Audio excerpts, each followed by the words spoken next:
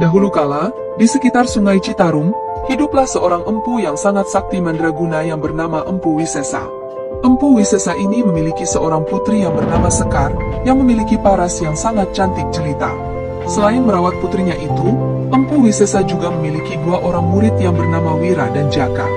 Jadi diceritakan bahwa belasan tahun yang lalu, saat itu Empu Wisesa ini masih muda, di mana dikatakan bahwa saat itu Gunung Tangkuban Perahu diketahui tiba-tiba saja meletus. Di lereng Gunung Tangkuban Perahu menuju desa-desa di sekitarnya, mengalir larva panas, sehingga menimbulkan korban jiwa yang tidak sedikit. Ketika melihat itu, Empu Wisesa pun kemudian mendatangi desa yang baru saja diterjang lahar panas tersebut.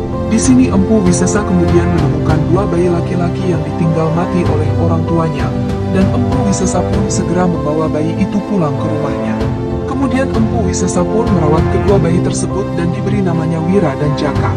Sementara itu kawah terakhir terus menyala hingga belasan tahun berikutnya. Singkat cerita, setelah belasan tahun berlalu, Wira dan Jaka pun tumbuh dewasa. Di sini selain merawat dan menjaga Wira dan Jaka dengan penuh kasih sayang, Empu Wisesa juga mengajarkan berbagai ilmu kepada kedua anak laki-laki tadi, seperti ilmu kanuragan. Bukan hanya ilmu bela diri saja, Empu Wisesa juga mengajarkan mereka tentang kearifan hidup. Di sini meskipun tanpa diawasi oleh Empu Wisesa, Wira tetap berlatih dengan tekun dan penuh semangat. Namun berbeda halnya dengan Jaka, di mana dia adalah seorang pemuda yang malas dan kerjaannya hanya bermalas-malasan ketika tidak ada Empu Wisesa. Dan diketahui bahwa Jaka ini kerap menggoda Sekar, namun di sini Sekar kurang senang dengan kehadiran Jaka. Karena apa yang Jaka lakukan kepada Sekar itu justru membuat Sekar terganggu. Suatu hari Jaka kemudian menemui Empu Wisesa, di mana ia kemudian menyampaikan keinginannya untuk melamar Adinda Sekar. Mendengar hal itu, Empu Wisesa pun berpikir sejenak, di mana karena menurutnya Jaka dan Sekar ini sudah dewasa. Akhirnya Empu Wisesa pun tidak menolak lamaran itu, karena merasa putrinya dan Jaka sudah sama-sama dewasa, dan sudah saatnya menikah. Setelah itu Empu Wisesa pun menyampaikan perihal lamaran itu pada Sekar, dan di sini Empu Wisesa pun terkejut, karena ternyata Sekar hanya mau menikah dengan Wira.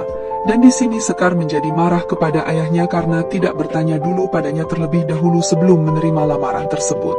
Mendengar hal itu, Empu Wisesa pun menjadi gundah. Dia kemudian pergi keluar rumah sambil berjalan-jalan memikirkan jalan keluar yang terbaik. Ketika sedang berpikir, dia kemudian melihat dari arah kejauhan tentang lahar Gunung Tangkuban Perahu yang masih menyala. Dan Empu Wisesa pun berpikir bahwa lahar yang masih menyala tersebut pasti masih memberikan ancaman bagi daerah sekitar lereng gunung.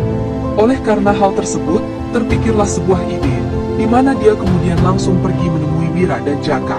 Setelah bertemu dengan Wira dan Jaka, di sini Empu Wisesa pun menyampaikan maksud dia memanggil mereka berdua, dan Empu Wisesa pun menjelaskan bahwa dia akan membuat sebuah sayembara khusus untuk mereka berdua, di mana sayembara tersebut adalah apabila salah satu dari mereka berhasil memadamkan lahar yang masih menyala di Gunung Tangkuban Perahu itu, maka dialah yang berhak untuk menikah dengan Sekar. Mendengar hal tersebut, Jaka seketika terkejut karena merasa syarat tersebut sangatlah tidak masuk akal. Dan ia berpikir mana mungkin lahar itu bisa dipadamkan, karena api lahar itu sudah menyala-nyala puluhan tahun lamanya. Setelah itu, Jaka akhirnya memutuskan untuk pergi dari sana, di mana dia berpura-pura meminta izin kepada Empu Wisesa untuk mengembala demi mencari cara untuk memadamkan lahar tersebut. Di sini Empu Wisesa pun mengizinkannya pergi, dan setelah Jaka pergi dari sana, bukannya mencari cara untuk memadamkan lahar tersebut, dia malah setiap hari bermalas-malasan dan menghabiskan waktu untuk bersenang-senang saja. Di sisi lain, Wira terus mencari bagaimana cara untuk memadamkan lahar tersebut, di mana ketika dia sedang berkeliling di sekitar hutan, dia pun berpikir bahwa untuk memadamkan lahar tersebut, maka dia membutuhkan sumber mata air yang besar, dan ia pun berkeliling untuk mencari sumber mata air besar itu. Singkat cerita, akhirnya Wira menemukan Sungai Citarum, yang posisinya tidak jauh dari Gunung Tangkuban Perahu itu, dan posisi lahar itu tepat berada di sebuah cekungan yang agak rendah. Dari situlah terpikir cara untuk membendung air dari Sungai Citarum tersebut, dan sebelum dia melakukan aksinya tersebut, Wira sempat meminta warga yang ada di sekitar sana untuk pergi ke tempat yang lebih aman, di mana karena dia takut bahwa aksinya bisa membahayakan warga yang ada di sekitar sana. Setelah itu, Wira pun kembali ke posisinya, dan dengan ilmu yang dia peroleh dari Empu Wisesa ini, Wira bisa meruntuhkan bukit di dekat Sungai Citarum. dan batu-batu dan tanah dari bukit tersebut pun jatuh ke Sungai Citarum membentuk bendungan. Oleh karena hal itu, air dari Sungai Citarum tersebut pun meluap dan mengalir masuk ke dalam cekungan berisi lahar panas tersebut. Dan karena banyak air yang mengalir masuk ke dalam cekungan tersebut, akhirnya lahar yang panas dan menyala itu pun bisa dipadamkan dengan air Sungai Citarum yang sudah dibendung tadi.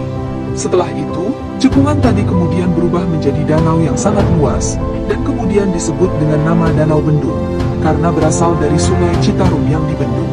Setelah Wira berhasil menjalankan tugasnya itu, sesuai dengan janjinya, Empu Wisesa pun menikahkan Wira dengan Sekar. Pernikahan itu pun digelar dengan meriah dan mengundang para penduduk di sekitarnya. Seiring berjalannya waktu, setelah beberapa tahun berlalu, air di danau bendungan tersebut pun semakin surut dan mengering, dan kemudian berubah menjadi sebuah lahan tanah yang sangat subur dan luas. Sekar dan Wira pada akhirnya memutuskan untuk pindah ke sana, dan mereka pun menanam banyak tanaman dan membuat sawah yang luas, sehingga hasil yang mereka dapat pun sangat melimpah.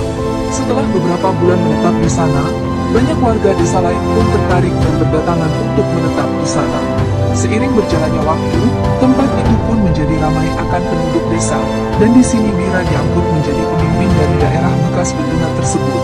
Dan seiring berjalannya waktu, daerah tersebut yang dahulunya adalah Danau Bendungan, kini menjadi sebuah daerah yang lama-kelamaan disebut dengan nama Bandung.